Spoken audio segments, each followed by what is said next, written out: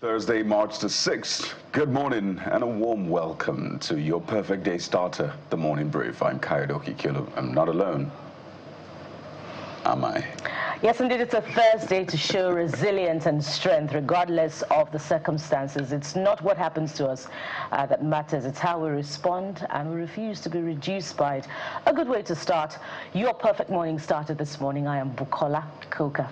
And I'm Jeffrey Uzoma. Thank you as always for being part of the program. Guys, what's going on? I'm excited that Bukola is back. I missed those daily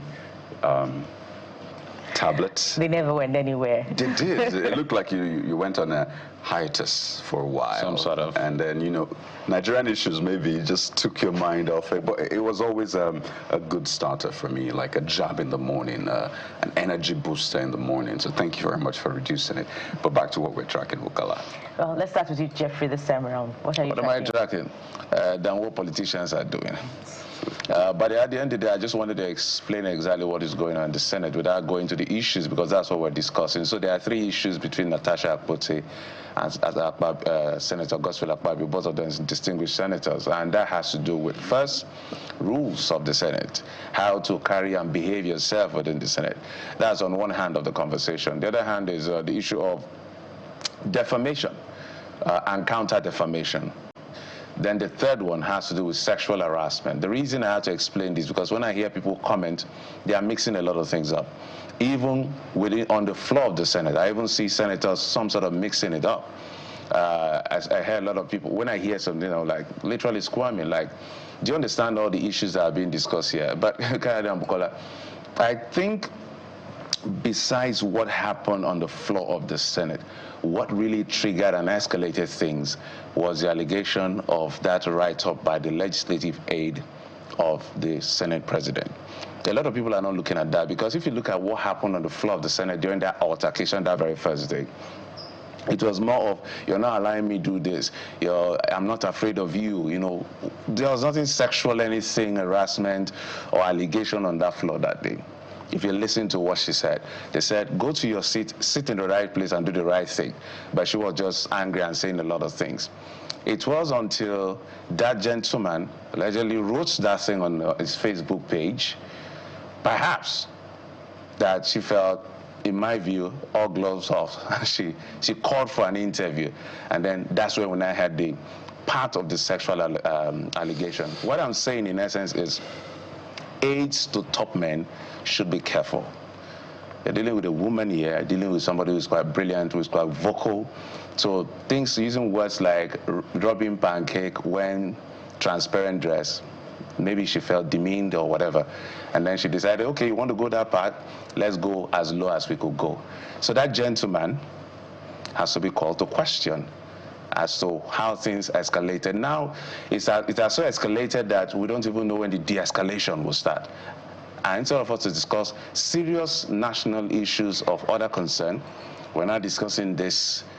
But sexual harassment is a very, very, very serious issue. So there's no point taking sides. It's between Senator Godswill Akpabio and Senator Natasha. Somebody is saying the truth and somebody is lying, and we don't know who is doing what. So the court will decide that. That's my take. Well, Jeffrey, whether or not the legislative aid went ahead to, be a bit shows indiscretion on the social media page, the issues were there already. And if you recall the initial drama that elicited, the highfalutin drama where we now find ourselves in, Senator Natasha had said, on that day, at a plenary, that the Senate president was not allowing her to present her motions. Apart from the seating arrangement conflict, she made, that particular allegation. So that was going to happen already. She was already going to go to the media. The indiscretion by the legislative aid only complicated matters. Well, that's what I'm saying. That the women that are rallying, everybody is not rallying because your seat was denied, you're marginalized. The issue is now sexual harassment. Yeah. This is why we're discussing it extensively on the program today. Yeah, and that's what I'm tracking. But I'm a bit emotional this morning, and I'd rather be temperate. So I'll not go into the details and just allow the issues play out. But a lot of the happenings from the Senate yesterday only goes to show, the patriarchal system that we find ourselves in. Yes, the rules must be followed, but a lot of the alignments was clear in which direction they were going to go. And I would not be surprised at the end of the day, how this will play out, and not necessarily in favor of the senator who has made this allegation. But history will judge either favorably or otherwise the leadership of the Senate on how it will handle this morning. But of course, that will form part of our conversation, and we'll see how it goes. Kayode. And speaking of that, what's been described as the clash of the titans continues as the Senate President, Godswill Akpabio, and Senator Natasha Akpoti continue to go head to head with Senator Akpabio. In that sense, first clearing his own side and then saying you have to follow the rules. A lot of things really to unpack from that situation. So we'll be looking at the legal aspect of the issue as well as other sides to the topic on the show this morning. So not to worry, all of those questions, all of those areas, keep them. We'll try to get answers to them on the show in just a few minutes. But that's not all, Bukola. Absolutely. Away from the high drama at the Senate, we'll go to Rivers State as well this morning. We'll be looking at the seemingly never-ending political crisis between the State Assembly and the executive in Rivers State, particularly now that it's taking shape with the Assembly giving the RCEC chairman an ultimatum to appear before it, failing which he would be arrested. To explain, the handling of funds with the conduct of the initial local government election and other matters. So we're looking at that particular situation playing out in Rivers State as well. We're also going to talk about brain health awareness. We talk about mental health and all the things in between. So health is going to be a core focus as well on the program today. Yeah, but that's not all. Art meets expression. We move to the arts. Bless you, Jeffrey. We move to the arts, where we touch base with visual artist Funsho Omojola. Yes, that's going to be a very interesting one. And finally, Bukola, runway to the screen. Nollywood makes it back in. Oh, well, it's a good day, to just temper issues and talk about other things more interesting. Well, not more interesting than the others, but a bit less hard around the fringes. So we're talking with an actress who's moved from the runway to the screens and find out, what both worlds seem to her at this time in her career, and generally, enjoying what she offers on the screen. All right, so guys, don't forget, CTV Morning Brief is how you get to join the conversation on X. That's a hashtag. You could also send us a message and email as well. So the email is on your screen.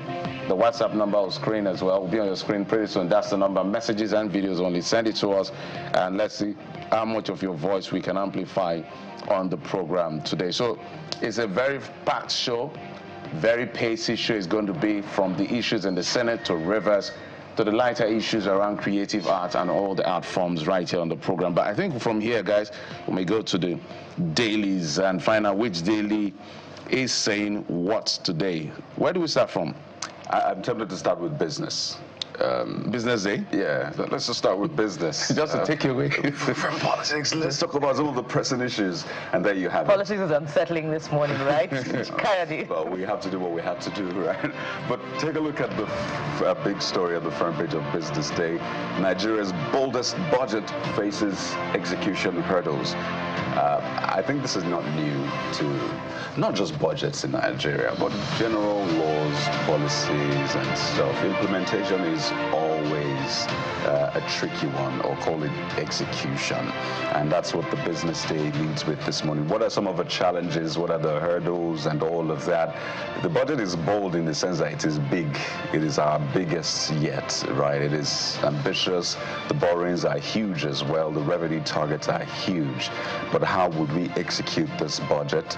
Well, that is a big question that Business Day is asking. 54.99 1 trillion naira. And I wonder why we just do that.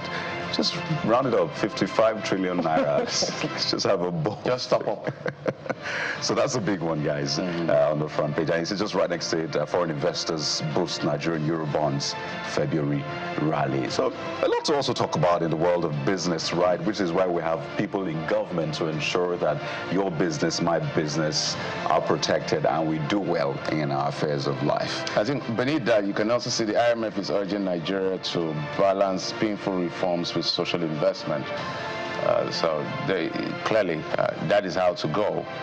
At the end of the day, the reforms are quite painful. You can see what the cost of everything is. So the people that advise us that a lot of Nigerians have a lot of some sort of hatred or hesitancy when they hear IMF, they feel it's a bad thing. They have their good and bad as well. Oh, well. So, the IMF does have a checkered history in Nigeria as far as policy, approaches are concerned. So, that hesitancy and that skepticism is only valid in the light of the circumstances. I think let's go to this Nigeria. The headline there is sexual harassment, dead on arrival. Senate throws out Natasha's sensational, that's how the paper puts it, allegation against Senate President Akpoti. Says presentation violates rule book. So let's be clear on what the Senate is saying here. And that's why I say when I listened to some of the senators yesterday, I was squirming on my chair, like, guys, what is going on here? Perhaps it's the reason why she didn't show up at the hearing, because she said it's like everybody's against her. As I said, nobody was there. Only Senator Akpoti and Senator Natasha know what went on between both of them at different occasions. So the throwing out or dead on arrival here is the fact that it's technicality, not the substance of the case. From what I saw, was basically saying, first, you were told to sit on your chair. You're not sitting, but on the other part, there's a way to write a petition to the Senate. You can't sign your own petition. On that premise, procedurally, you are wrong, which is why this is not admissible. So this is purely a technical knockout, not the substance of the matter. The substance of the matter will, yes, the substance of the, that's why I said the one that concerns them in the House. No, because yes, it was also said that they won't look at any issue that is before a court. And she said, no, what is before the court is different. Yes. But there was a counter saying that, well, Senator Akpabio's wife went to court on that sexual harassment. So that's what I was saying, sorry, that's what I was saying, the one that has to do with their own first rule book, first of all, procedurally, and then the external one, which has to do with the court case that has to do with Senator Akpabio's wife. So the court will decide whatever it is that is playing out. Because they say it's in their rule book as well, that they don't consider anything that is before the court. Yes, of course, it's in they read it out in their rule book. So. And we've made it abundantly clear, from the start of this whole episode, that the Senate President, has ample opportunity to defend himself against the allegations leveled against him by Senator Natasha Akpoti. But what is also emerging from the Senate is what seems to be an alignment by the male senators towards the Senate President, and we must talk about that. Perhaps Senator Akpoti needs more strategy in the presentation of her case. One should fault her for not being tactical enough, abreast of the rules. You said that she went against Rule Book 41 that was quoted by the Senate that was on our sister program yesterday. So that again is another breach of the Senate rules, besides the seating arrangement episode as well. But what happened to she has a strong case. She couldn't have just gone on a tirade to a television station to present her case. Okay, let's deploy another approach. Let's give her another opportunity for fair hearing.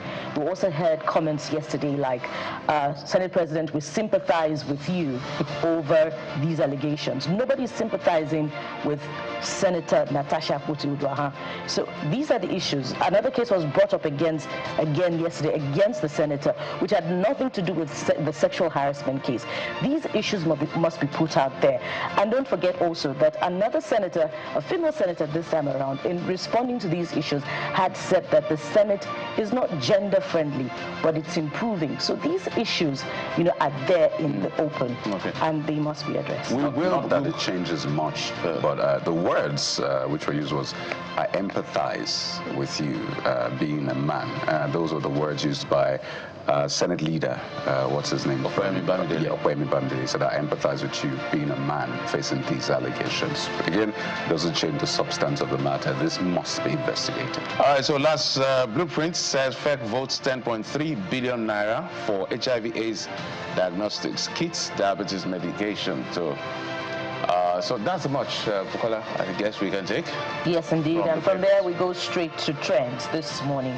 And spoiled for choice, but I think we should just start with the Senator Natasha Akpoti supporters who trooped to the Senate asking Senator Akpabio to step down. I think that's a fair place to begin from because there was a lot of drama there were pro-Natasha and pro-Akpabio protesters yesterday. There we go again. And, you know, this is another... There is economy of protest. There is a big I was going to talk about the ecosystem of protest. Recall right after this, during the seating arrangement conflict, there were South women protesters in favor of the Senate president somewhere in Goa Bayelsa State, protesting in favor of the Senate president. They weren't even asking that the allegations be investigated. They were just against, you know, what they call the alleged disrespect for the Senate president. And, you know, it goes to show the nature of our politicking in Nigeria. They do not even know that perhaps this issue would have something to do with their own daughters in the future, if indeed the sexual harassment case has substance. You know, and some people were asking, can they even read what is written on the placard that they carry? Oh, yes, indeed. That's the iconic moment from yesterday. And, you know, what's wrong, Kadi, by the way, if your spouse escorts you to work and shows you affection? Another comment that came in yesterday. Yes, another comment that came in yesterday was patriarchal, talking about this being a scene from the movies. It's annoying, and you know, our male senators must rethink their disposition towards their female colleagues. Okay, so let's go to what you have the first one. What's the first user saying?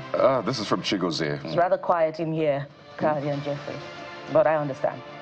Let's continue. I don't understand. We don't understand what you understand. We don't understand what you mean. Okay, let's take the first comment, Chigozie. That's Gozie_Neme, saying the situation surrounding Akpabio and Natasha highlights the critical need for accountability in political office. The evidence suggests that addressing these allegations with seriousness and transparency is vital for maintaining public trust.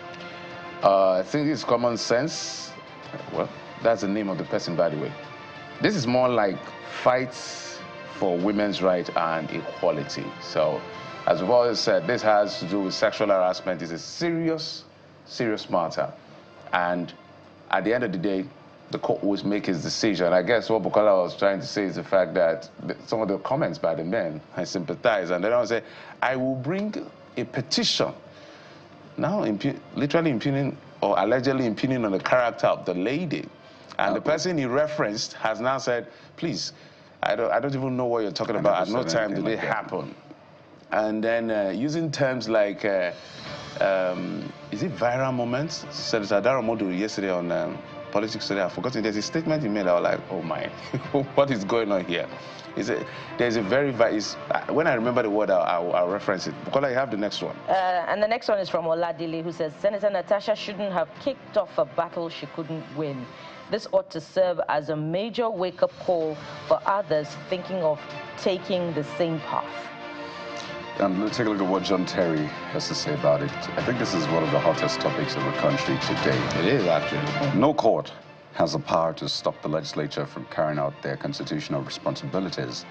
That has since been settled at the Supreme Court. So is this user saying that what the Senate can still consider it, even though it's in the court, or whatever happens in the court will not affect what happens in the Senate? I'm not quite sure, but we'll just put it out there. That's a comment. I don't know if you guys want to help interpret that post, because I'm trying to understand it.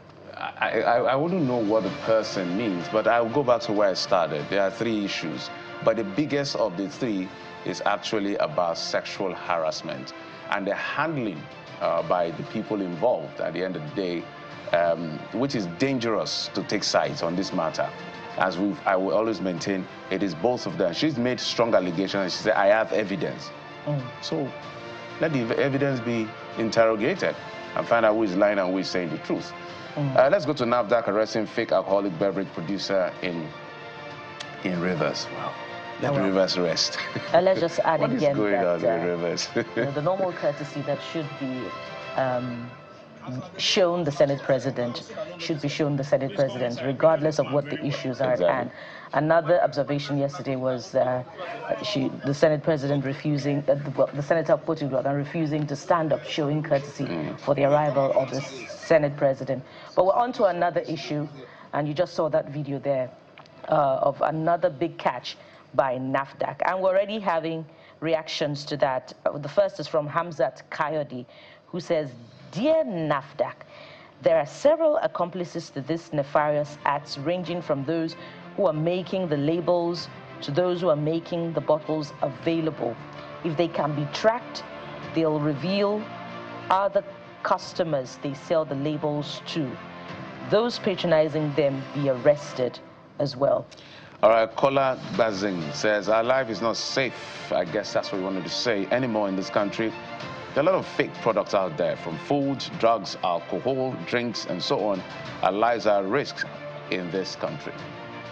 How do you have the next? Yeah, I imagine this user is a pharmacist, because the username is Farm Heyday, saying it is not enough that alcohol has close to zero benefits to the human body, linked to several cancers, obesity, kidney damage, liver damage, and all. Just look at how, well, this user looks like a pharmacist. Basically, how dirty, just to translate it, use simple terms, the production conditions are. You will drink alcohol and be introducing tons of bacteria into your body. So, this business of fake drugs and fake alcohol, fake things, is very deadly. But we'll take a quick break. When we come back, we'll get to that very conversation. We'll start with some of the things that happen on the floor of the Senate. The rule book, what does it say? Who is aligning with what? We'll break it down right here on the program. Join us again.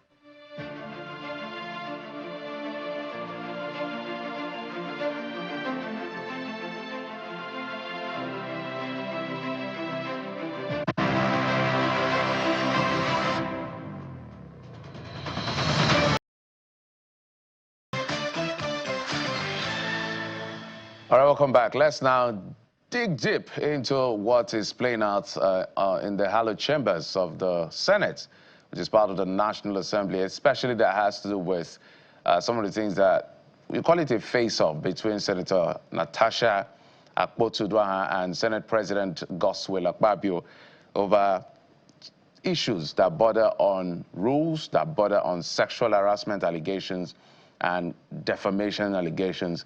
So we're being joined by a public affairs analyst and a lawyer, senior partner at Justice Chambers, joining us from Uyo in Akwa Ibom State. Ekemini Udim joins us. Mr. Udim, thank you so much for coming on the program. All right, let's, I think we've explored, I think I've seen the Senate spokesperson make maybe 2 to 3 television appearances in some of his remarks where he talked about the rules of the Senate, which since you're a lawyer, I'm sure you're familiar with how things play out within that space. The first part was the very point of action that happened last week when the people that were speaking to Senator Natasha said, no matter what it is you wanted to say, no matter how important it was, you needed to have followed the rule book. The order is you sit on where you're designated, which the Senate President has powers to allocate that seat according to their rule book. You speak from there, else you will not be pointed out, or sorry, identified to speak or called to speak on the floor. Yesterday was the issue of petition and the procedure to present a petition on the floor of the National Assembly. I want you to maybe help educate Nigerians on how this works and why these technical issues are important. Well, thank you once again for having me. I have gone through the rules of the Nigerian Senate. It has a total of 236 orders, spreading through 15 chapters. And the provisions are clearly stated. And I know that before anybody takes the oath of office on the floor of the Nigerian Senate, the person is expected to have a copy of the rule book and then go through it. And I also trust that the Senate would, from time to time, organize seminar, organize internal meetings for them to discuss, the sections of the rules. You talked about the issue of Senator Natasha when it all started, where she was asked to leave a particular seat and go to another seat. That's not new in the Senate book.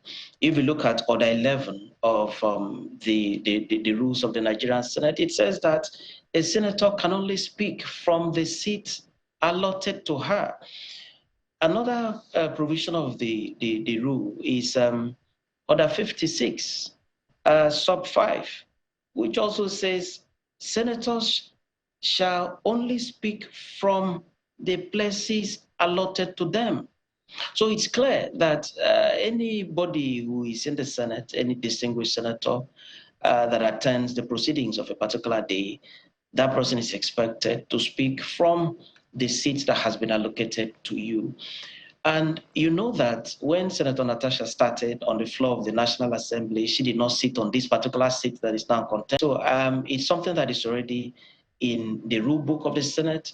And I'm very sure that distinguished Senator Natasha Akpoti is not surprised about that provision, because that provision has been there even before her arrival on the floor of the Senate. But I only think that there would have been a better way of handling what happened on that particular day on the floor of the Senate. But talking about having to speak from a seat different from the one that was allocated to you, that itself was against the rules of the Nigerian Senate. You didn't speak to the second part that has to do with how petitions are presented. They are citing section Order 40, the subsections of that order, that she cannot sign her own petition. They really did not speak to the issue of the substance of that petition. It was about the procedure, which is why they knocked it out in the Ethics Committee, besides the fact that it's a subject under adjudication. I wanted you to explain that as well. Well, if you look at Order 40, Rule 1 of the rules of the Senate, it says that a petition can only be presented by a senator. So that means you and I cannot present a petition on the floor of the Senate, because at this point, we are not senators. It's only senators that have the floor, that have the local standing to present petitions on the floor of the Senate.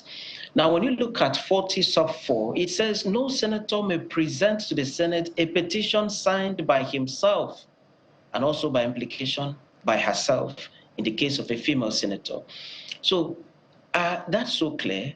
And the petition that was submitted yesterday by Senator Natasha, we understand it was authored by distinguished Senator Natasha and signed by her.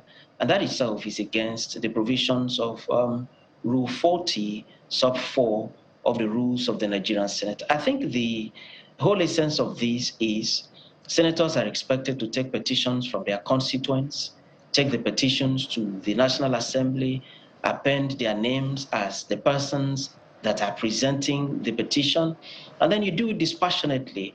The interpretation of that very rule of the Nigerian Senate would mean that it's about you taking up what is of public interest, what is of public importance to Nigeria, and not you taking up your personal matter. If you have to take up your personal matter, then you certainly need another senator to sign that for you and present it on your behalf.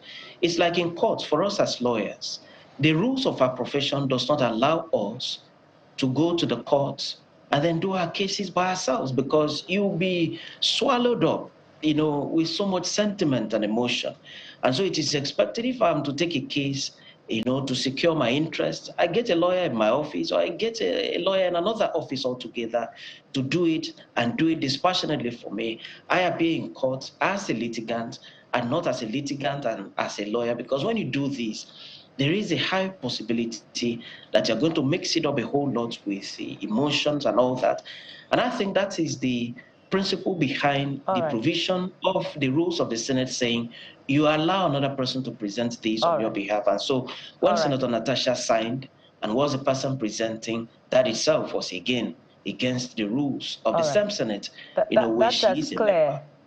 That's as clear as it can get. About the matter under adjudication, which was also cited as a breach, in this particular instance, the one that has been initiated in court, that has to do with the sexual harassment case, has been initiated by a third party rather than the accuser or the accusee. So in this case, where the matter under adjudication that has been cited is by a third party, does it clearly breach the Senate rules for consideration? Well, when you look at Order 53 sub 5 of the Senate rules, it states that the Senate will not deliberate on any matter that is pending before a court of law in Nigeria. And you have seen it over time that whenever someone raises a point of order on the floor of the Senate that this matter that we're about to deliberate is already before Federal High Court or State High Court or even Magistrates Court, the Senate will stand down on the discussion on that matter because it is in their rules that once a matter is in court, and it's also a way of respecting the authority of the court because matter cannot be on two temples for discussion at the same time. It's before the court of law. It should not also be before the Senate. So you give it to the Senate that in their rules, once it is so, they stay away from it. Now, when we talk about the issue of Senator Akpabio's wife going to court to protect the rights of her husband, it's a different thing altogether. I mean, she can go to court, but whether there is a right of action for a third party in defamation matter is a different thing altogether. So since the matter is in court, I will not want to really comment on that. But the lawyers that have taken it to court should also sit back and then reconsider whether the law of defamation allows me to protect the interest of my father that has been defamed. It looks like, it appears very strongly, that law of defamation can only be taken personally by the person that has been defamed. But like I said, that matter is in court, so we leave it at that. So the matters that are in court cannot be discussed on the floor of the Senate. Now, what Senator Natasha Akpoti has taken to the court, I think is about her privileges as a senator on the day of the first altercation that occurred in the Senate, talking about her privileges. I'm not sure that she has taken the issue of sexual harassment to the court. If she has also taken the issue of sexual harassment to the court, then it is improper for her to also take the same thing to the Senate for further deliberation. Now, there is another issue here that needs to be clearly determined. If the sexual harassment, which is still alleged at this point, if it happened somewhere in Uyo in Akwa Ibom State, as stated by Senator Natasha, can it be tabled on the floor of the Senate for deliberation, or should it be taken before the civil court, or maybe the ICPC for investigation? If it did not happen on the floor of the Senate, if it did not happen within the precinct of the Senate, I mean, this is something that Senator Natasha and her lawyers need to look into. If it did not happen within the precincts of the Senate, can it be investigated by the Senate? Because you have to distinguish between Godswill Akpabio as a senator and Godswill Akpabio as a Nigerian citizen. There are certain things that can be taken against Godswill Akpabio in the civil court and not in the Senate. And there are certain things that should be taken against Godswill Akpabio in the Senate because it happened on the floor of the Senate or within the precinct of the Senate. So this is something that the lawyers to distinguish Senator Natasha have to clearly sit back and discuss as to whether there is no clear distinction between what happened outside and what happened within the precinct of the Senate. You said something which I'd like you to maybe speak to. You talked about emotions, and you said that some of the rules were put in place so you separate emotions from the real issues. But you can't also discountenance the emotions, because emotions most times are as a result of, well, whether the allegations are true or not, but something that happened. Right, so what should be done with all of that emotion in this case? Because from what you said now, it looks like a lot of things are being muddled together, and it will be tough to really get to the heart of these issues, either for the individuals or for us as a nation. So what is the appropriate thing to do, at least in your own opinion? Because all of that emotion now has spread across the country like wildfire, and we need to find a way to move forward. Well, you cannot rule out emotions on matters like these because when you recall how it all started, Senator Natasha was not allowed to speak because she was not sitting on the seats allotted to her by the Senate. And recall that the Senate president also ordered the sergeants at arms after her. And recall how she erupted naturally, you know. Some persons have blamed her for erupting that way, but some persons will erupt even more. But at the same time, when you go to Rome, you behave like the Romans. Senator Natasha was holding the rule book in her hands and wanted to read something. One would have expected that she should have also seen clearly in that same rule book that, see, you just move. I listened to Senator Ojuzo Kalu, I think 2 days ago, on Sheun's platform, Sheun's program. And he said he's been moved like 3 times in this present Senate. So it goes to the question, what's in a seat? If you are asked to move from one place to another, and then you move.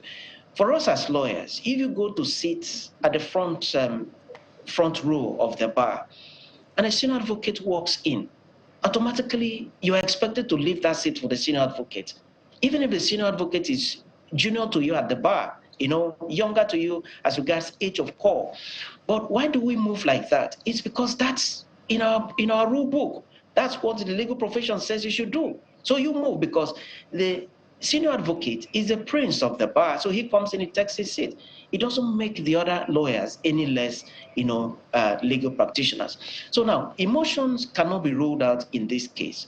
But this is what I want to say. The Senate is a big institution. It should be able to control what's going on within its precinct. And I expect very distinguished senators that are there, some of them former governors, some of them senators that have had so much experience, and even Senator Godswill Akpabio, a former governor of Akwa Ibom 2 times, and minister and all that with so much experience. I expect all of them to sit as a family and see how this can be settled. And possibly even withdraw the matters from the court and then take it back to the assembly, to the Senate. All right, just before we let you go, just in 10 seconds if you can, because we're totally out of time, just casting our mind back. What if she didn't find anyone to help her present that petition? What options is left for her? Well, there are 109 senators on the floor of the Senate, and Senator Natasha should at least have a friend. If not the female senators, one of the male senators to present, her petition. That is if she really wants to present the petition to the Senate. But if that is not possible, if no one is ready to take it up for her, 2 options. It's either she goes to the court. One option, she goes to the court and then files a case against the Senate president. But note that when you take this kind of allegation to the court, and in fact any allegation whatsoever, the burden of proof is on you. So you have to establish, and not just by words of mouth, because words of mouth can easily be countered. You need cogent and verifiable evidence to present to the court of law to be able to win a case of this nature against the Senate president. Anything outside that, if you just go to talk about, to give the narrative as was given on a sister television station, talking about the senator's house in Uyo and all that, the next question from the lawyer on the other side will be for you to present evidence. If you don't have any evidence whatsoever, then it's going to be a difficult hurdle, to cross. And I think that Senator Natasha, the husband, and every other person, they have been very close family members. So to say, I think this is something that they can sit back also as a family and then sort it out among themselves. A very quick one again, before we let you go, Mr. Odim. Should the Senate president be presiding over this matter, be referring it to the Committee on Ethics, because the allegations have been leveled against him? Well, if you look at the Senate rules, from the first order to the last. There is no provision that says that once a principal officer is accused of any infraction, that he should step down. However, this is a decision for the Senate to take as a family, to say, okay, Senate President, there is an allegation against you. Even though it is in the realm of allegation, we want you to step down for your deputy to continue. It's also for the Senate to say, well, since the decision on this is directed to a committee in the Senate, that means you are not going to be the judge over your matter. You are going to be invited to the committee. So there's no need for you to step down.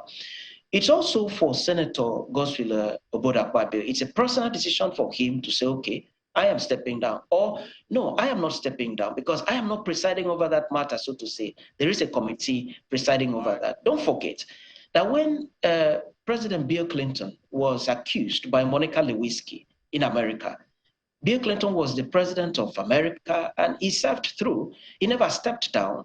He rather went and then defended himself, against the allegation of Monica Lewinsky. And at the end of the day, when the allegation was found to be without proof, he maintained his position as president of the United States of America. An instance is about. We're totally out of time.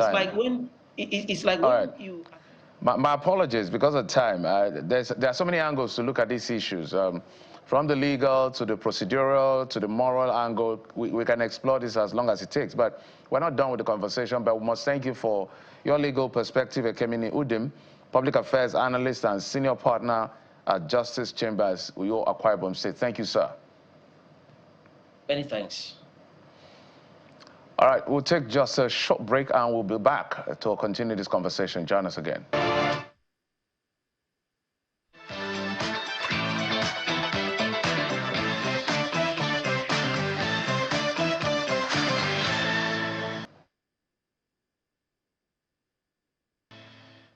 Welcome back. And so we're staying with the same subject matter, expanding it, particularly as it has to do with the legal implications of the case of sexual harassment leveled against the Senate President by one of the senators, Senator Natasha Akpoti Uduaghan. And joining us for this particular one is Bathsheba Togwai, the Senior Legal Counsel of CISLAC, who joins us from our Abuja studio, and Dorothy Njemanze, safeguarding expert and human rights activist, who joins us also from our Abuja studio. Ladies, thank you so much for coming through at this critical time. Thank you for having us. Let's start with the rules yet again.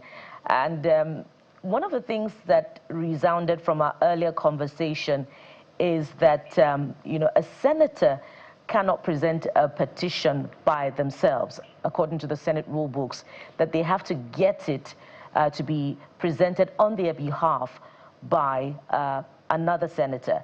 I'd like you to speak to this, Ms. Togwai.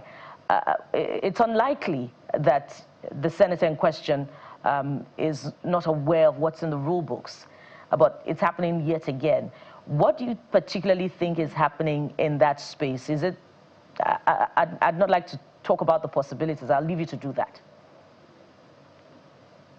Okay, thank you very much for the opportunity. I think in this situation, like you said, it's unlikely that she's not aware of that situation.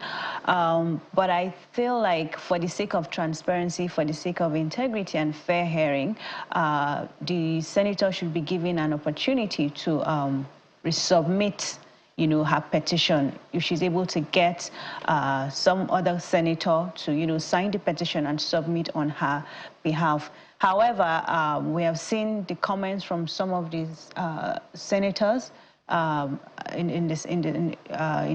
with regards to this issue, both past and present. And what if it's really a challenge for her getting someone to submit this petition, on her behalf, like the rule book has specified? I feel for the sake of, like I said, fair hearing, for the sake of transparency, the ethics committee should sit and look for a way, that it will be possible for this petition to be submitted so that she's able to get fair hearing, so that they're able to also carry out the proper investigation into the matter. Because at the end of the day, the integrity of the entire institution is at stake. You know, the whole country is watching. You know, these are our leaders. These are, you know, the representatives of the people. And sexual harassment is a very, very serious issue, you know, from the human rights angle and even from the corruption angle. We're talking about gender-based corruption, you know, abuse of office here. These are very strong allegations against the Senate president. And I think it would be fair in the interest of both Senator Natasha Akpoti and Senator Godswin Akpabio for the Senate committee to really find a way to give both parties fair hearing, properly investigate this matter, find a way to ensure that that petition is submitted, they go through it, and call both parties to answer, you know, to the committee. That way, we know that, you know, they are being fair to both parties and that the issue is properly being tackled. This is an issue that is very prevalent. Is it in our tertiary institutions? Is it in workplaces? It's very prevalent in Nigeria. And one of the reasons why you have victims, you know, reluctant to come forward is what we're seeing today. Now the attention has been shifted from the main issue, and so many people are making so many comments against the Senator Natasha Akpoti that has come forward to say this is what has happened to me, instead of us saying, oh, let there be proper investigation, let's see if these allegations are true, and let's see how, you know, proper action can be taken if they are found to be true, you know, for justice to, you know, to be served and all of that. But what we see are, you know, so many attacks on her person, so many attacks on, you know, just so many things online and all of that. And this is why a lot of victims are always reluctant to come out and speak out. I feel like the Senate Ethics Committee should really be very straightforward, be very transparent, and remember that the integrity of the institution, the entire National Assembly, is at stake here with these allegations. And they should ensure that they find a way to hear both parties. And Senator Natasha should also find a way, you know, follow the orders of the rule book, you know, to find someone to submit this petition. If she doesn't find someone, the Ethics Committee, I feel the onus is on them to find a way, even if it means discussing and saying, is there any other way as a Senate for us to really listen, look at this petition, find a way to ensure that she submits her petition and both parties are brought before the committee to answer to the allegations before the petition. All right, Ms. Linjamanze, the same for you, but this time around, you know, they say, Jeffrey used an expression earlier, popular in legal parlance, you know, dismissed on technicalities.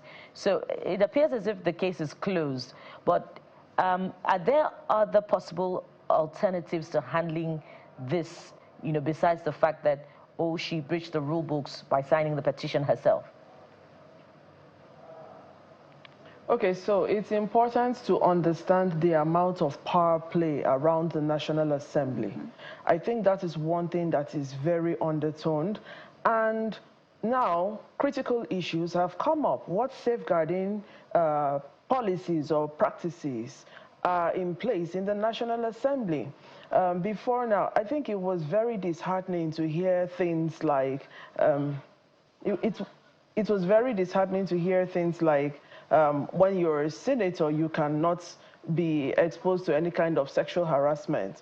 This has brought up a different kind of dynamic to all of this. And with safeguarding, everybody is intended to be protected from all harm or possible damage. Everyone, including senators. Now, the essence of having safeguarding policies in place is it helps us to appreciate the power dynamics at play. It helps us to preempt possible instances in which anybody could need protection. In this case now, we have a serving senator alleging different things. And whether it's bullying or sexual harassment, which is part of the bullying, it is important to understand that sexual harassment happens in different ways. It could be verbal, it could be physical, it could be whatever. But if the inappropriateness of whatever action, you know, she's bringing to the fore is something that is very important. Now, what are my concerns about all of this by and large? A lot of activities have gone on in the National Assembly unchecked over a period of time, and it seems to make it okay. Now, there's a whole lot of, there's a lot about the dressing of women to National Assembly. I have been at the National Assembly premises before, and somebody just walked up to me from behind and started pulling down on my dress. That is sexual harassment. So sexual harassment has been resident around the National Assembly for a long period of time. And now we have come to a place where, in actual sense, it's not those of us who visit the National Assembly that are complaining of the inappropriateness, you know, towards us as females, because different things affect different people. You know, things affect women differently from the way they affect men. And so if you're sensitive to that, you would think through in your sexual harassment policies, in your safeguarding policies, whether it is a different gender that is reporting a complaint, or it is a subordinate that is reporting, or a visitor to the scene that is reporting, you think about how these things play out. So what are the options? The ethics committee that we're talking about, who appointed the ethics committee chair? Is there a chance that there's not going to be loyalty display? These are the critical issues. Should an independent organization or independent team of experts not be overhearing these issues at play? You know, is there possibility that nobody is going to want to present her petition for her so as not to be against the principal powers of the Senate? These are critical issues that beg for, that raise concern in this moment. Let's remember that the journey of Senator Natasha is one thing that a lot of young girls hold strongly to, the journey of Senator Natasha getting to the Senate. And so if these issues that are coming up, a lot of women who would come to the Senate or who would ever be in any public place or who are in offices, whatever the kind of office it is, have experienced some form of sexual harassment, some form of it. So if it gets to this point, it dampens the morale of the general Nigerian girl child, the young woman. What is there to aspire to get to a place where power is supposed to be resident and is supposed to give you power, if when you, even with the power that you have, you know, if there's an infringement, so to say, on you, everything is skewed against you simply because you're female or you're expected to, you know, tuck it in like the mamas before, you know, had tucked it in.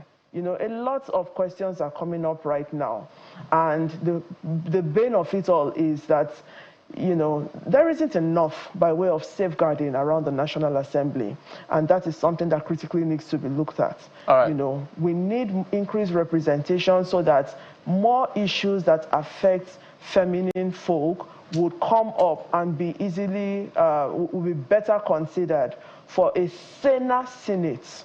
That gap is critical and cannot be overlooked. Mr. Jamanze, I think one of the most important things that must come out of this is that whatever happens, the substance of the case mustn't be thrown away, which has to do with the sexual harassment part. But I want you to give us a feeler of what you concluded or perceived or observed yesterday and the series of comments being made by both serving and past senators. A senator had empathized with the Senate president yesterday. A senator had alluded to the fact that it's in her character, more like a serial accuser. One had even gone on TV to more like, is she the only woman? More like she's lying. I wouldn't know that's what it meant. A senator has also said it's content creation. Another senator has said, people at that stage are above sexual harassment. It was difficult to process some of these things that were said by senators of the Federal Republic. What did you make out of all these comments? Because she said yesterday she felt like she's being attacked. Well, the Senate is a reflection of the society in which we live. It's just like a police station. It's a reflection of society. A lot of views, a lot of positions are polarized against the female folk, and all of it is designed to force you into silence, to force you to disown your reality, whatever that reality is. I empathize with the National Assembly for not having good enough safeguarding policies. you know, whether it is safeguarding policies for the members of the, for the legislators, or safeguarding policies for staff in the place, or safeguarding policies for us visitors to the National Assembly. The role of the National Assembly needs to continually be respected, and the proper thing should be done. There needs to be proper safeguarding policies that recognize the different power dynamics at play. And I mean, it's a shame. From the comments of the senators already, we can tell that it's an unfair playing field for the woman. And so if these are the human beings that are going to take charge of whatever investigation there is, then it begs to call for how much, what chance she has at fairness. And in this matter, I think it's time to start thinking out of the Senate for access, for possible justice for her. If, you know, for possible justice for her, we need to start thinking out of the Senate.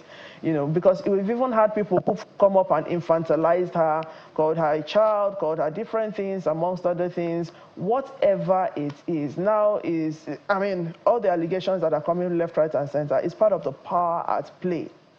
But we don't need to lose the critical thing. Bullying has been brought up, and part of the bullying is sexual harassment that has come to play. And my question in this moment, as a safeguarding expert, is I want to know what are the procedures for safeguarding a senator of the National Assembly.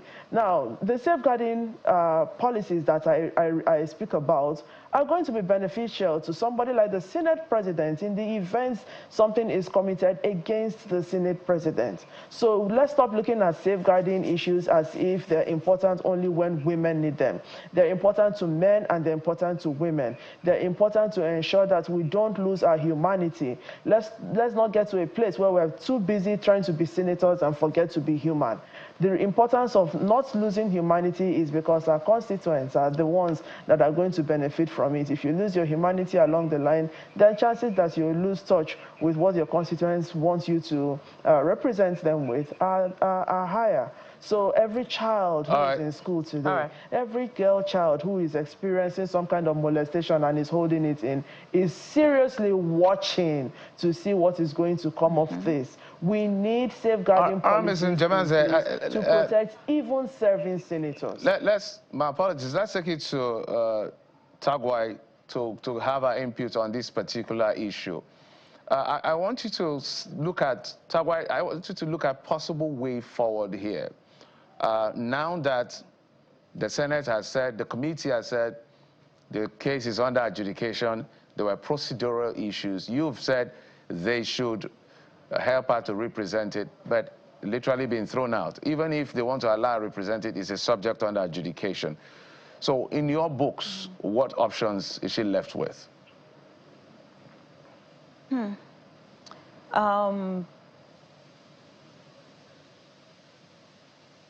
Well, I would say, first of all, I want to take a lead from what Dorothy said. The need for safeguarding, you know,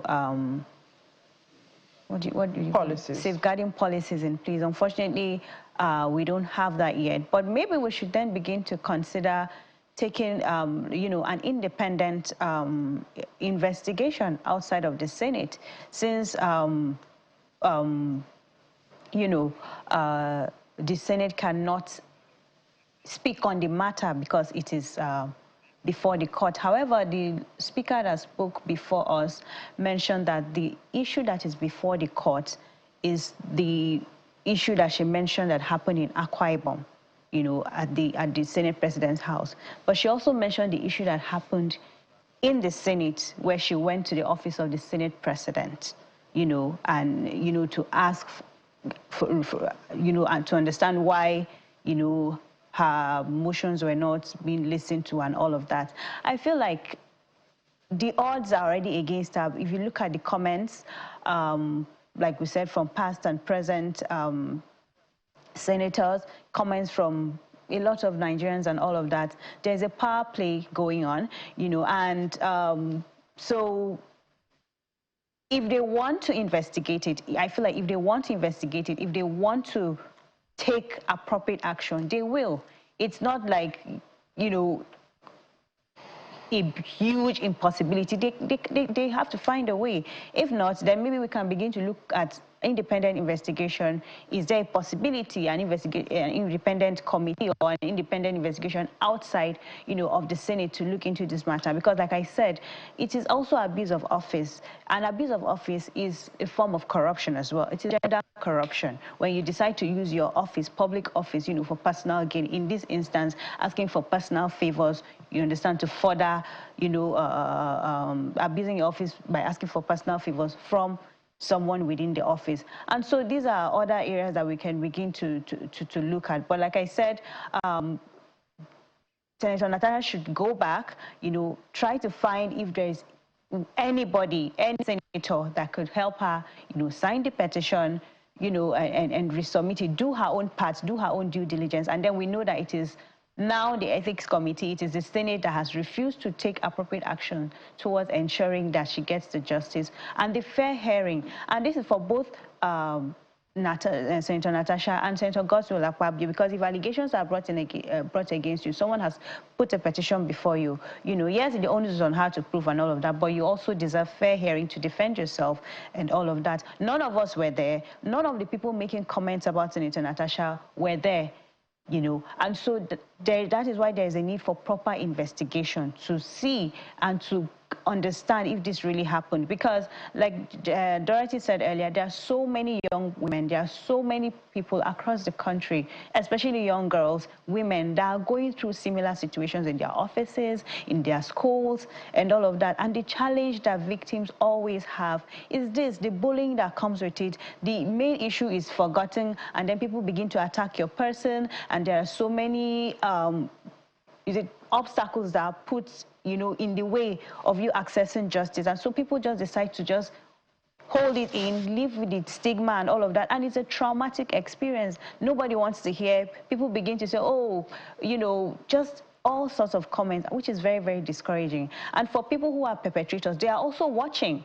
They are also watching, and so they will see, okay, they might even be taking, you know, notes and saying, okay, maybe in order to hide our actions, in order to defend our actions, these are things that we can do so that these victims don't speak out. And so there is a larger ripple effect of this that we are not even seeing. This is a very prevalent issue in Nigeria. I don't know how, if, you know, National Human Rights Commission releases, you know, a database of, you know, gender-based violence and human rights violations across the country. And you need to see the data. Monthly, they do that. They have it. If you want it, you can go to National Human Rights Commission. It's on the rise. This is an issue that we need to really take very seriously. And like I said earlier, the integrity of the National Assembly, the integrity of the Senate, the integrity of even these individuals is at stake here. And so they should many more would agree with you, Mr. Gwai, that these issues have greater implications, particularly for women representation at the Senate going forward after this episode of sexual harassment allegations. But we must anchor at this point, and thank you very much. Bathsheba Togwai, Senior Legal Counsel, CISLAC, who joined us for this discussion from our Abuja studio, and Dorothy Injamanze, safeguarding expert and human rights activist, who also joined us from our Abuja studio. Thank you so much, ladies, for your insights on this very important topic. Thank you very much for having us. We are all Natasha, and everybody deserves a safe place to function, irrespective of the level they are at. Yes. Yeah, and that's the new line. Clearly an ongoing conversation. But from issues of propriety in the Senate to our health, your health, that's where we're headed this time around. After this break, join us again.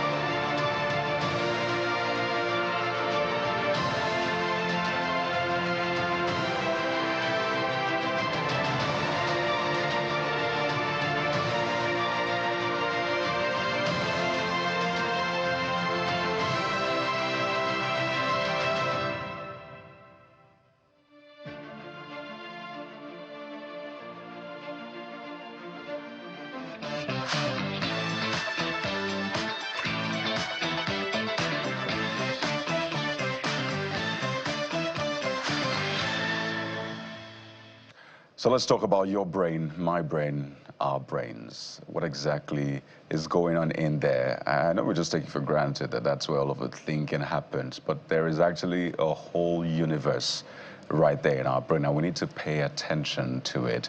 And March is not just Women History Month, it's also Brain Awareness Week. At least it contains Brain Awareness Week, which starts in a few days. And this morning, we want to pay attention to our brain. We're joined on the program by Dr. Paul Bolaji, who's a member of World Stroke Organization, also a member of the Africa Stroke Organization. Dr. Paul Bolaji is right here with us in our Lagos studio. His specialty is in neurology, healthcare leadership. Good morning. It's good to have you on the show. Good morning, Mr. Kwekiolu. Also, thank you so much for... Thank you for joining us. You know, we just had that conversation, and it's evident what is in our brains as Nigerians right now. Yeah. A lot. There's a lot of pressure, and I'm not talking globally. I'm talking as Nigerians. You have to battle a lot of things, think about stuff, analyze things, compartmentalize.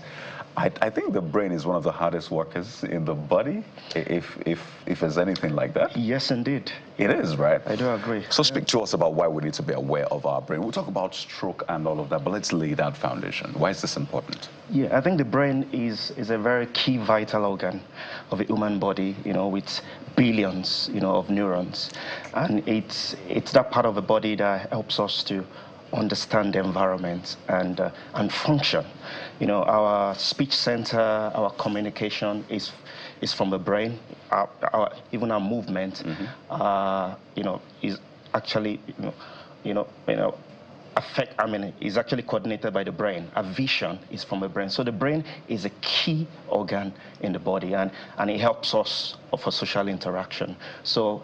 And that is why it's very important also to actually, you know, look after our brain.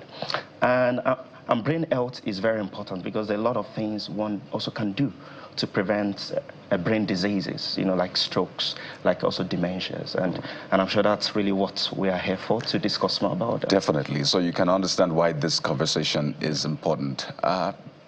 In terms of data, which is usually a challenge about, I know stroke will probably be top on that list of, you know, brain diseases. You talk about dementia and the rest. We had a conversation with a brilliant lady, Anna, about 2 weeks ago, who had a stroke at 23. Yes. I'm sure you probably caught that conversation. And, you know, it was just a wake-up call for everybody, even though hers was not as a result of, you know, blood pressure and all of that, but it just raised the awareness that, wait a minute, it can happen to anyone, so you need to pay attention to it. But in terms of data, as much as we know that it's a big challenge, data is not really a big thing in Nigeria. I think the last survey we had was in 2005. Yes, indeed. 20 years ago. 20 years ago. So speak to us about how prevalent brain diseases are in Nigeria. Maybe draw inferences from other African countries as well. Yeah, okay, thank you so much. I think it's a very vital also question.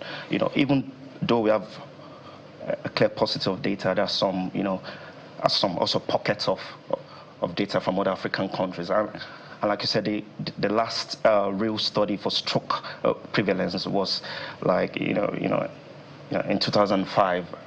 Also, that shows an incidence of 26 out of 100,000. But we do know in other African countries, like now in Egypt now, 250 cases of strokes, you know, per 100,000, you know, and which is equivalent to around 300,000 strokes in a year for them. And even in South Africa, so they have close to 135,000 strokes in a year. And also there was an interesting recent study also published in Ghana, you know, but this was more for especially with risk factors for stroke. Also, they found out that like 1.14%, you know, of the patients, they actually for several years had strokes. So stroke is a leading cause of, you know, of death in the world. Is the most also common cause of disability in the world and in Africa, and it's rising also because there's a whole lot of, you know, this lifestyle, you know, not, you know, junks and so on. A lot of people are hypertensive, are diabetic, and are not aware of it. So it is a ticking time bomb, and it's very important. We need to address it, you know, in Africa. And beyond stroke, also dementia is also something that is also quite prevalent, and, you know, and people don't know a lot about things. You know, we've known about also famous is actors also that have dementias, So those are key diseases that are very important, and we need to actually, we need to study and actually get to prevent as soon as possible. So there's a big gap in terms of data, studying and all of that. And that's why, I mean, you're working as well as other people in Nigeria to find a way to at least study this properly and be able to come up with the right interventions. But I want to speak to how to take care of our brains. So we talk about how to take care of our body, how to take care of your eyes, how to take care of... But because you can't see the brain, it's just right there in the skull. You're like, you'll be fine. I beg, just take care of yourself. So how do we take care of our brains? What should we avoid? What should we eat? This is us seeing the doctor, the neurologist now. So what should we avoid? What should we eat? And all of that. Okay, thank you so much. I don't have any magic, wand, that also covers everything. But I think the key thing is to understand that, the brain and the blood vessels and the heart interact very closely. And so if you take care of what we call the vascular risk factors, which are things also that predispose you to either heart attack, or heart failure or even strokes, if you take care of those things, that would actually prevent you from having those disease. An example is hypertension is one of the actually commonest cause of strokes in Africa. It was a very interesting study that people older than 25 years, there was a study that 50% of people actually have undiagnosed hypertension. So I think that's the key thing in Africa. So we need to check our blood pressure quite early than other population. When you're above also 30, you should be monitoring your blood pressure. Pardon me to pardon that. Yes. What if checking your blood pressure is also another pressure itself? You know what I mean? I understand. Some people get to the hospital and once it's time to check the blood Yeah. pressure, naturally it just spikes.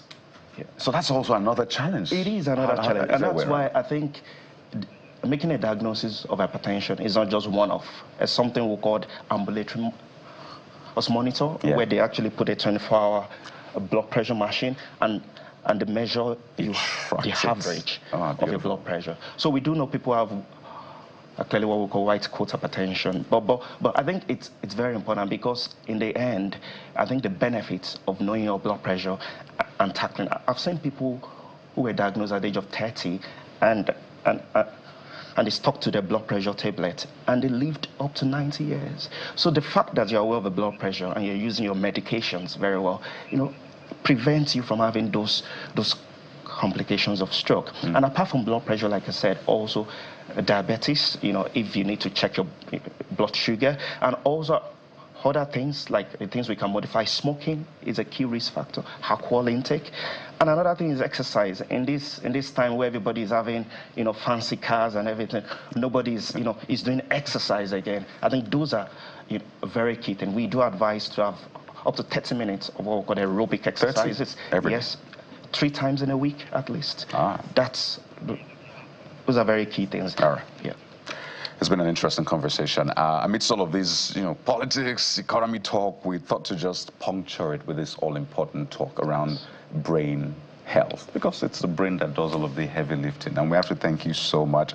I know you came from the UK to have that meeting in Nigeria. So we wish you the very best. You're welcome. We wish you the best in terms of survey and all the interventions. Of course, we'll be here with all the support. We'll be speaking with Dr. Paul Bolaji, member World Stroke Organization, also member Africa Stroke Organization with specialty in neurology, healthcare leadership, as a consultant, stroke physician. Thank you for your time, Dr. Bolaji. You're welcome. Thank you so much. We'll take a quick break now, and when we return, we turn our attention to, there's a reverse politics. We still have the arts bit coming up on the show. So, hey, stay with us.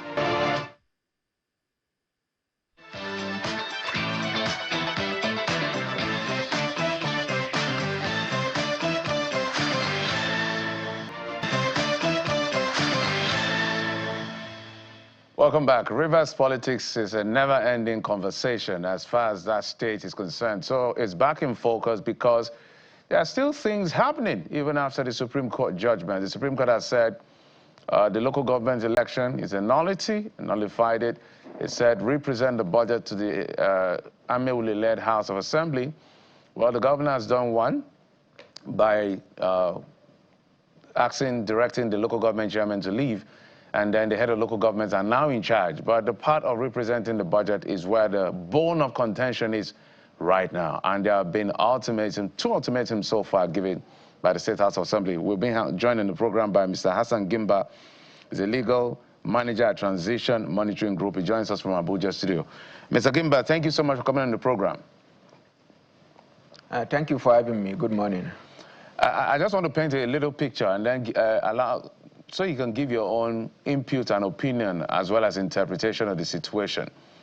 So one part has been obeyed by the governor. The second part has not been followed through, saying he's waiting for the CTC. In fact, the State House of Assembly said they had sent the resolution of representation of the budget to the government house.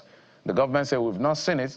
They brought out evidence that they've sent it, that it was rejected, back to sender. We don't know who is saying the truth and who is lying in all of this. But as a matter of fact, there's another ultimatum by the House of Assembly saying, bring the names of commissioner nominees so we can screen them, because we want to go on recess. So we need to do a lot of housekeeping. So the back and forth continues even after the Supreme Court judgment. What's your take on this? Thank you for having me. I think the challenge now is, based on the judgment of the Supreme Court, the 27 lawmakers that had earlier defected to the APC, which is, as we know, according to the Constitution, Section 109, any member that defects from any elected person that defects from a political party, and if the party is not having a crisis, that crisis should never be about the state and should never be about local government, but a national crisis. And maybe there is a merger of a political party. So if one of these situations is not covered, automatically, I believe one loses his seats based on the provision of the Constitution. So, and as I have not seen the CTC as well of the judgment, I cannot say more about it. So speaking of the governor's ultimatum that was given to him by the State House of Assembly, they actually gave him 48 hours, which I believe is unreasonable, given that the judgment was passed just recently and he asked for time to study it and then respond by 7th of March, which should be this Friday. And then this is something that has been decided previously. In the case of Nasir El-Rufai versus the House of Representatives in 2003, the court held that a minimum of 7 days needs to be given for summons now by a legislative house, also covered by the Legislative House Act. So I believe this is something that is settled. The persistence now of the House to make sure he appears in 48 hours seems to have some underlying reasons that might not actually be related to ensuring that everything is done in the interest of law and justice. So what do you anticipate would happen? Because another issue that is playing out is implementation of the Supreme Court judgment. And we had seen prior to this time cherry picking, so to speak, of court orders with which to obey and to jettison, prior to getting to the Supreme Court level. So who should we be looking to for application as to the enforcement of the Supreme Court judgment? Should we begin to see another selective approach to implementing the Supreme Court judgment? Okay, I cannot speak to what they may actually do in terms of the approach, but it's well known in Nigeria that our representatives choose which law to follow and then maybe when to follow, and then when it comes to judgment, it's mostly the same. And had there been regard for law and order and constituted authority in the first place, Rivers wouldn't have found itself in the position that it is at the moment, which is very sad. And then with the also withdrawal of funding from the CBN as directed by the Supreme Court, this will likely affect the good people of Rivers State. And then, as we all know, the African Survey is saying that when two elephants are fighting, the grass will suffer. So if the allocation is withheld, the good people of Rivers State are actually going to suffer. And then it will be in the interest of everyone now for the State House of Assembly and then for the governor himself to work together and then see how they will alleviate the suffering of the people. And then to do that, I think, is to try to pass the budget again, and then to do it as soon as possible. And even though I have seen from some news outlet that from the part of the governors, they believe the appropriation law has been passed, and then everything is started bad. So it remains to be seen how they actually work now in the interest of people. If this is allowed to drag on for months, then we are talking about salaries now of civil servants stopping, and then maybe even having issues of project stalling, even if the funds have earlier been allocated for as long as the payment has not been fully made. So the state is basically going to go to a ground still. So now it looks... And if I would love to add that, okay, they have to set aside the interests of one man, because what I believe and then what Transition Monitoring Group believes is the Constitution supersedes everything in this land. And then the position of the Constitution is clear on most of these issues. So going to court to actually forum shop, which is to pick which court you think is going to give you judgment, is abuse of Constitution. It's unethical for a lawyer to bring such a case before the Supreme Court. And Nigerians need to start speaking out on this issue. They need to, within the ambits of the law now, air their frustrations to what the judiciary is becoming and then what their laws and the constitutions are being made to look like in the eyes of Nigerians and in the eyes of the international community. Let's talk about what is a reasonable thing to do on both sides. I would like you to speak to both the House of Assembly, led by the Speaker, Martin Amiewule, and the governor, led by the government led by Siminalayi Fubara.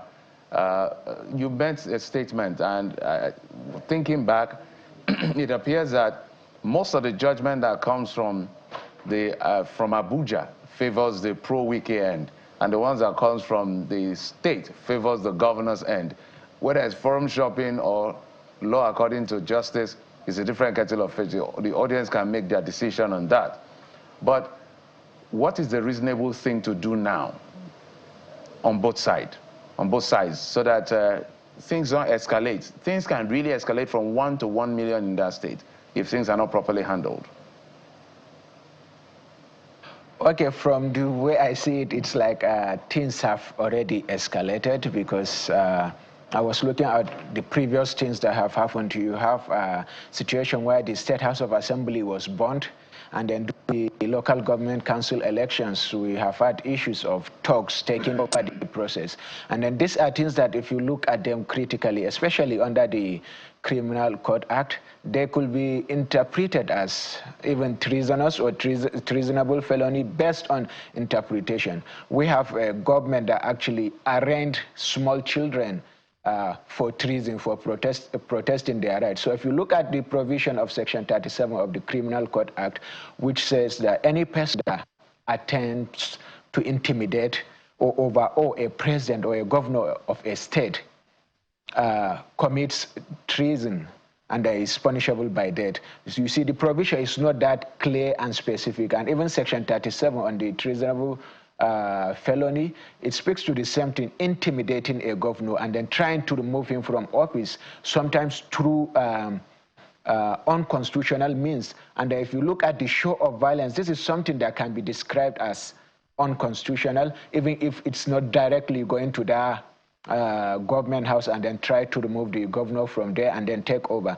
So if they cannot find a common ground, because one, Fubara was elected by the people of Rivers State, and then even if he was anointed by a godfather, the Constitution doesn't recognize a godfather. It recognizes the office of a governor, it recognizes the office of the deputy governor, and then at the same time, it recognizes those members of this House of Assembly. So they are the people that have that hold the people's mandate now, and they have to act in the best interest of the people. And then I think the best thing to do first and foremost is to allow for time for the governor now to go through the CTC of the judgment to know the situation that he is in. They have won, the Supreme Court recognizes them, but now they have to be magnanimous in defeat. They need to give him time to look at those things, and then, if possible, to come up with a budget that will work for the good people of Rivers State. And then whatever differences they must have had before, I think they need to resolve it now. If they are to go for impeachment, I'm looking at what the Constitution says under Section 188. He must have done something corrupt, that's one. And then for two, maybe abuse of power is something to look at. That's dereliction of duty.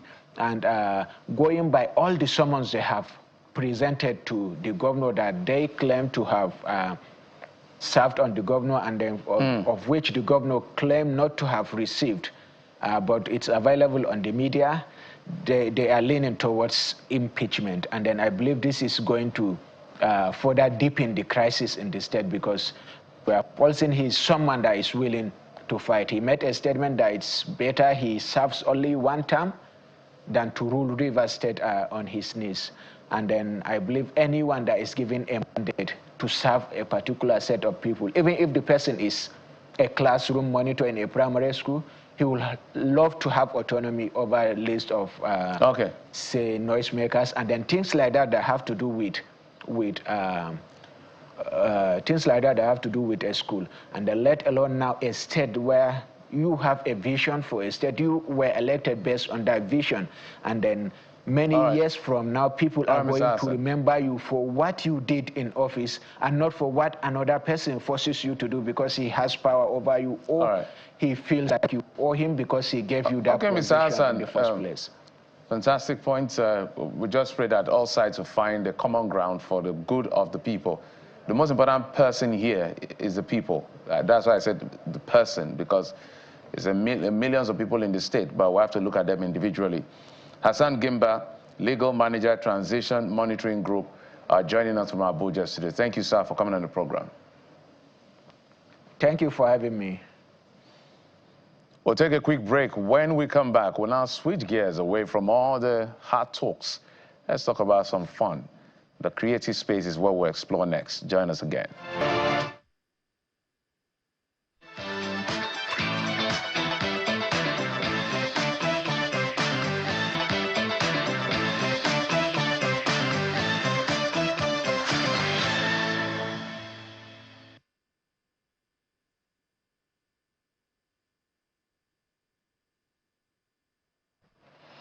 So it's time for us to delve into the softer side of things, as we always say, and we're looking at the visual art expression. And joining us on this particular segment is Funsho Omojola, fine visual artist who majors in paintings and also has a studio for expression, and joins us right here in our Lagos studio. Good morning, sir, and thank you for joining us on the program. Thank you very much. And you celebrated your 60th birthday. 61. Last year? Last month. Last month. Oh, 61. Congratulations. Thank you very with much. An exhibition titled Culture, Deep Culture. The 60th Deep Culture. Deep the Culture. 61 Strength. Strength. Yes. Amazing, beautiful, and some of your works will be on display shortly. Yes. But I'd like to start with something that seems to be topical and sort of, if possible, related to fine art expression, which is this ongoing case of allegations of sexual harassment, and which borders on gender and representation, at the legislative level. Women in leadership, basically. If we went back to, history, we'll find that we've had vocal and powerful female voices. Moremi Ajashoro, Madame Efere Tinubu. Yes. Just to mention a few. Even Fumilayo Ransome Kuti has also been sort of immortalized via the performing arts in a movie. And it's in the same, society that we call patriarchal, that these women have found expression. And they've also been, immortalized in, sculpture, so to speak. Talk to us about the possibilities of documenting this particular history that is unfolding before us through the arts, and what are the lessons that we should be taking away from it? Good. I'm impressed. Number one, art is a message. It preaches the gospel of what is going on and what is going to happen. Let me just use the word of art is spiritual. It tells people what is going to happen, the present, the past, but come what may be that is happening in our environment. The art will speak. Without art, there is no life. Without life, there is no art. But in our environment, it is somehow difficult for people to understand what art is all about. It's only few people. It's only few people that knows that. Not everybody. But through the message of the, like you are mentioning, Omorimi Ajasuru, all those are applied art. You know, art is in different sections. We have painting, that is under the fine artist. We have sculptor, we have a ceramic, we have a metal artist. But in major, and that preach the gospel of what is happening is the paintings. Painting. And you see it all over the world. So let's talk about, sometimes when we see these works being displayed, it's complicated. Yeah. And subject to all forms of interpretation. You've been at this for many years, and now you're 61, so you paid your dues. Thank you. Walk us through some of the intricacies it takes from conceptualization to this final work that we see. How does the mind work? What do you see? What are the flash points, or is it a light bulbs that inspires you to get to work? Yeah, God inspires me. One way or the other, everybody is talented. But for us to discover ourselves, it's the challenges we are having. Some are conductor. Meanwhile, it's not a conductor. Some are driver. It's not a driver. So we are just doing what we are not supposed to do. But if you discover yourself, fine, sky is the limit. I discovered myself when I was in a secondary school, Form 2. By then, there's nothing like GS or whatever. That was 1983. A cousin of mine, senior with 2 years, I saw him brought an assignment of portrait. Maybe it's not fine, I don't know, but the way I saw the work, that is where I knew that, this is my work. I said to myself, I can. Instinctively. Yes, I said I can do it. I hate maths. I don't like maths. I started from that maths book, started tearing it, using it to be drawing. Believe me, there was a boy in our class. Everybody knows him. The third time I took the prize, I was even playing, and if you went, the parents gathered, they're sharing prizes for those that won. I don't even bother to, we know we don't belong to people that are getting prizes. So we are playing football, and when they are shouting that they are calling me, I say, for what? They say, I won the prize. I say, wow. From there, I pick up. I don't give up. I don't give up. Like that. I say, okay, let me go to school now to learn more of it. From there, even when I was in Yabatek, in 91, I joined the group called ADSA. They say we should submit that there is a university exhibition. They need one work from each school. They selected me. Then the lecturer said, who is this artist? Who is this artist? Say he's an ND student. From there, life goes on. Right up from Yaba, continue with my full-time studio artist, travel over abroad, showcase my work, come back to Nigeria, lot of solo and group exhibition. The one thing is that when you love what you are doing, sky is the limit. And that is why I came out with different style of work, irregular shape and angular shape. One thing about art, take it or you leave it, it's not me alone. People that are passing the message that this is what I want. From there, I learn from them. And what I see on the net, what people are doing, I learn from them. Even from my IT students from different high schools that came to me, I learn from them. I gather everything together. Art is not only you, it's everybody. Yeah, and you took it right out of my mind, so to speak. Looking at your work, I'm fascinated. Some are tangible forms of expression using a lot of color, and you can at once tell what is being said. But there are some that are abstract and that are not exactly, you know, bringing the message directly. For instance, this one. So talk to us about the hidden message in some of your works, and this as well. Unlike this very one was the one that stands for the theme of my last exhibition, strength.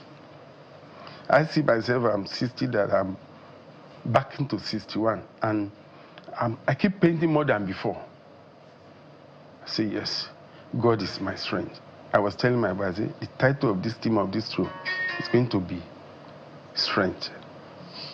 And another style I came out with this is from a woman that brought a work for me to frame. You know, the Australia work is pointillism, Aborigine artist. That is how I discovered myself from this dot idea. This is not bead. I came out with it. Before I was going online, use of line, different line to make a design. I said, okay, let me come with this style. I came out, I started with it, and that is what Nigerian artists know me for to date, that the artists use pointillism.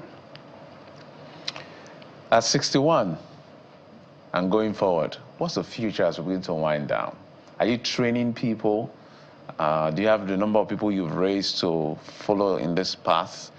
And how do you spot a great talent? So 2 questions in one. Well, I don't even know the numbers of people that I've trained. It's only them that know me. Because the way they troop in for my birthday, in a surprise, I say, okay, fine. Whatever you do today is a story of the future of tomorrow. I train people, I attend to people, I do everything with people, and hardly we know who is the artist among us. I see everybody as one.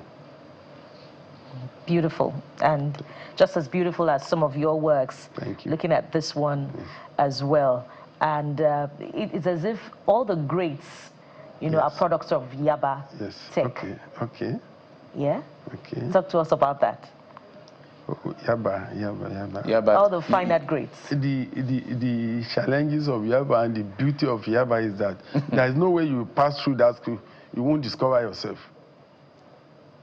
Unless, even though you are in the art department, there is no lazy artist. No lazy artist. They don't sleep. They work both day and night. When I was there, I followed and do my part-time. We talk, we discuss. I play. I'm a Scrabble player. When I've already overworked myself at the studio, so let me go for my lecture. I remember one day my lecturer said, I'm going to give you carryover. You'll be playing game. You don't allow others to be serious. Until when he passed through my studio, by then I was in Agidingwe, showcasing my work. He was lost. Just crossed to the others and said, let me know who is this artist. He now saw him say, oh, you are the one. Let's meet at the school. I said, no problem, sir. From there, just spread my name. Yaba Tech has really produced a lot of great. It reminds me of uncountable. My late pastor, Reverend Stephen Akinola, is a product of Yaba Tech as well. A visual artist. Yeah, fine So artist. it was important to mention that and you know, just talk about the legacy of the institution in producing amazing fine artists as you. 61 and going strong. Thank you so much for honoring our invitation. Mr. Funshaw Mojola, fine visual artist who majors in paintings. Thank you for your work. Thank you very much. And thank you for honoring our invitation. Thank you. And from here, we go to another aspect of the creative space, which is the performing arts, where we celebrate the achievement of one of Nollywood's divas. Join us again.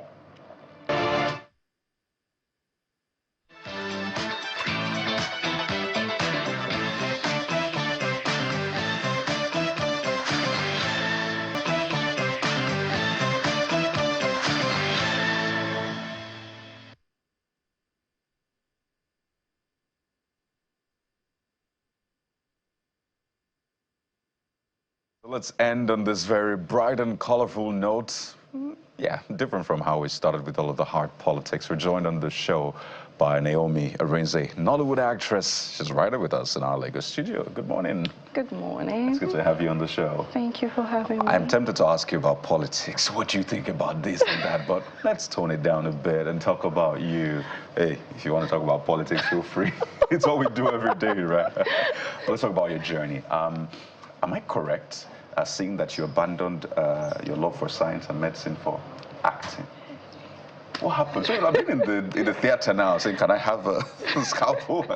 What exactly happened there? Okay, I've always loved science, but it was really what I wanted to do, because my parents were like, okay, do this, you know, the typical African parents. I want my kids to be a lawyer, barrister, doctor. And for me, I've always known that, okay, I have this flair for acting, or not necessarily acting. I just love to be, in front of camera and also producing and all that. So when I was into it, I was not feeling it, you know, and with the fact that probably in my class, I had this whole side talks. People would be like, oh, even my teacher back then in secondary school, he was like, oh, we don't want fine faces here, we want fine brains, you know. People were just like, what is she doing here? Why? It felt like I was not in the right place, and even though probably I was like excelling in my exams and everything, my studies and everything, but I still felt like I was like an outcast or something. So I'm like, okay. What's that teacher's name? Want to call him out. Want to call that teacher out immediately. To be fair, almost like he pushed you to where your calling is. Fine, maybe not in the right sense. They bullied me. Right? But you've been able to turn all that negative energy into good. And let's just state it clearly. Fine faces have fine brain, or fine faces have fine brain. So it's not like when you have fine face, you don't have fine brain. Yeah. Are you finding a way to demolish that stereotype? For me, I feel like it's a stereotype that has been there, so I'm not that person to, like, I want to prove people wrong. You can say whatever you want to say. Me, myself, I know what I'm capable to do, what I'm capable of, and it's only when you come closer to me that's when you know that, okay, this is who she is, this is what she can do, you understand? Sometimes I'm like, wow, so I can do this. People need to see what I can really do, you understand? So I don't really care about the stereotype. So I just feel like if probably you're categorized around that area, just be yourself. You don't need to, because most times when you try to, like, oh, I want to prove, you just start getting it wrong without you knowing. So I just let you know, sometimes I'm beginning to rethink what difficulty means. Because when I see BTS behind the scenes and see the work people put into their craft, they may not be Einstein to create one atomic whatever, but this is also not as easy as people think it is. So that I don't speak for you, how challenging is it for you, for an actor, especially in Nigeria? An actor in Nigeria, it's challenging, very challenging, but because you love the work, sometimes you don't see the challenges. I posted something on my status like a few days ago, and I'm like, due to this whole acting, even while back in school, I never used to have to like do overtime, like study that I won't even be able to sleep. But coming to this industry and working as hard as we work, I have insomnia. I hardly sleep. Like, I'll be sleeping 2 a.m., 3 a.m., just little fly or mosquito or anything just wakes me up, and I'll be like, oh my God, yeah, I'm here. What's going on? You understand? So due to this, like, the difficulties, like personal difficulties for me, lighting is an issue. Like, me being here right now, seeing this whole lights, my eyes is going to start tearing up like anytime soon. I find it difficult to sleep because we shoot into the night. Sometimes we finish shooting like 2 a.m., 4 a.m., 6 a.m. So what time will you get home to sleep? And sometimes when you're shooting, people feel like, oh, it's like something you can do and also do other things. But it's really not true, because when you're given that script, when you study your script, in a way, whether you like it or not, you see yourself becoming that character that they've given to you on that script. And when you get on set, you don't want distractions, you don't want any other things that would like, okay, come in place and everything. So you being another person entirely, like there was a script they gave to me one time and I'm like, in my life, I've never said these words. I don't even, this is not the way I speak, you understand? And for me, I used to see myself like I speak very calmly, and sometimes you go on set and you need to scream, you need to shout. So all those things are like taking me out of who I am, and people don't see that as it being difficult, but it's actually very difficult, not being yourself like, let's say, half of the time. So, yeah. And you know, Jeffrey's question is an important one because it also speaks to how demanding your job is and how actors, you know, actresses now, to be specific, manage work-life balance. Yeah. And I've even heard you say in one of your interviews that sometimes you shied away from identifying yourself as an actress. So for actresses who manage that stereotype of not being able to maintain a home or having something else to do as a side hustle and just putting you know, the job as a front, how do they achieve work-life balance on the one hand, and how do they change that stereotype about this job, you know, that helps all of us relax on a weekend when we're not working and we just want to watch a movie? Oh my God, that interview. But before I go on, is this supposed to be my picture? Because this is not me.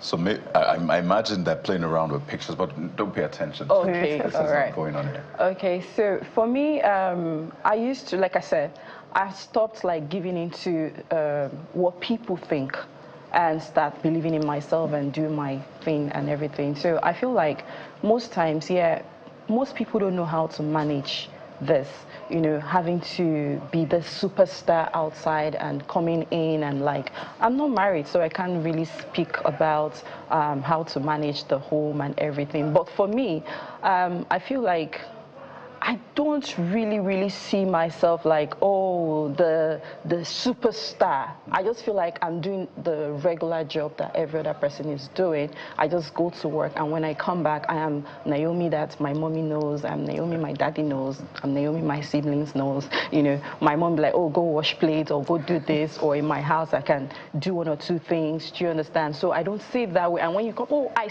watch your movie, I've seen you on screen, I'm like, oh, really? Oh, okay. Sometimes I'm like, oh, no, it's not me, or maybe it's a twin or something. And most times, because of makeup also, we look alike. Most of the ladies on screen, you understand, we also look alike. And when you come up like, oh, no, are you sure it's not? Maybe we look alike. But sometimes it's me being playful.